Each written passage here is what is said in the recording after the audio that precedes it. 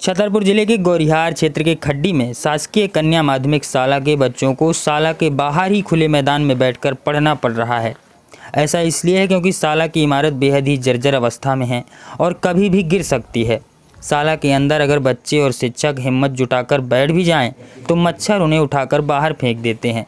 वो इसलिए क्योंकि शाला में लाइट भी नहीं है।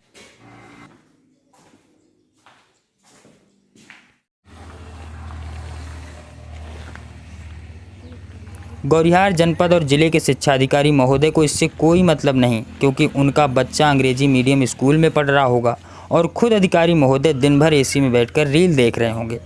ये तो गरीबों, मजदूरों और किसानों के बच्चे हैं, ये ऐसे ही पढ़ लेंगे।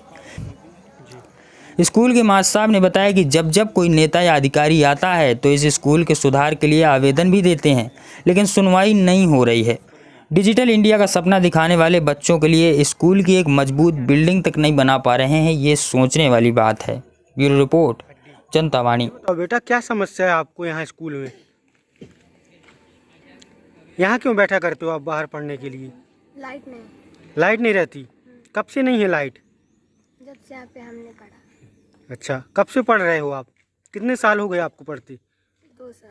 2 साल हो गए हैं। लाइट नहीं है लेकिन यहाँ पे।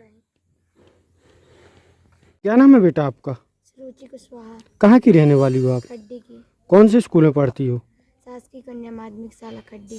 अच्छा, ये बताओ बेटा, आप लोग यहाँ बाहर क्यों बैठा करते हो पढ़ने के लिए?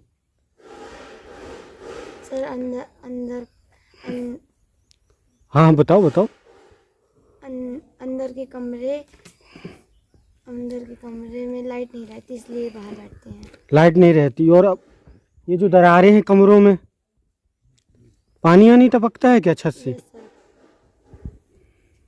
मेरा नाम विनोद कुमार त्रिवेदी है जी। मैं माध्यमिक शिक्षक हूँ जी। शासकीय कन्या माध्यमिक शाला खड्डी। जी। 1 साल से मैं यहाँ पर कार्यरत हूँ। जी। ट्रांसफर में आया था। जी, आपसे ये जानना चाहते हैं कि ये जो बच्चे हैं, आप लोग यहाँ क्यों बैठाते हैं इन बच्चों को पढ़ने के लिए? क्या कारण है ऐसा?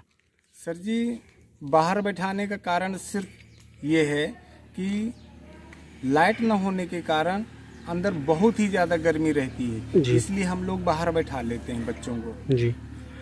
और ये जो पूरी बिल्डिंग जर्जर पड़ी हुई है, जर्जर बिल्डिंग है, तो उसके लिए ऑप्शन हमने संकुल प्रचार से बोला, रिटन में दिया, तो उन्होंने बगल में ही एक पुराना पंचायत भवन था, तो वो बिल्डिंग पंचायत भवन की हमें मिल गई है, उसकी हमने साफ सफाई करा ली है। जब बारिश वगैरह होती है तो हम लोग ये जो हमें बिल्डिंग मिली हुई है उसमें बैठाते हैं बच्चों को।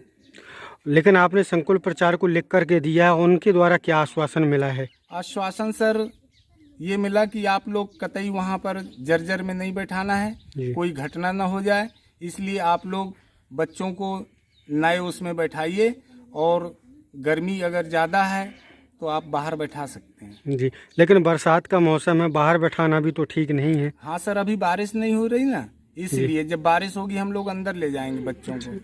लाइट की समस्या का क्या कारण है यहाँ पर? लाइट की सर जी, जब से मैं आया हमने भी बहुत प्रयास किया और अपने वरिष्ठ कार्यालय को भी अवगत कराया, सभी को जानकारी है, लाइट नहीं सर आ पा रही है।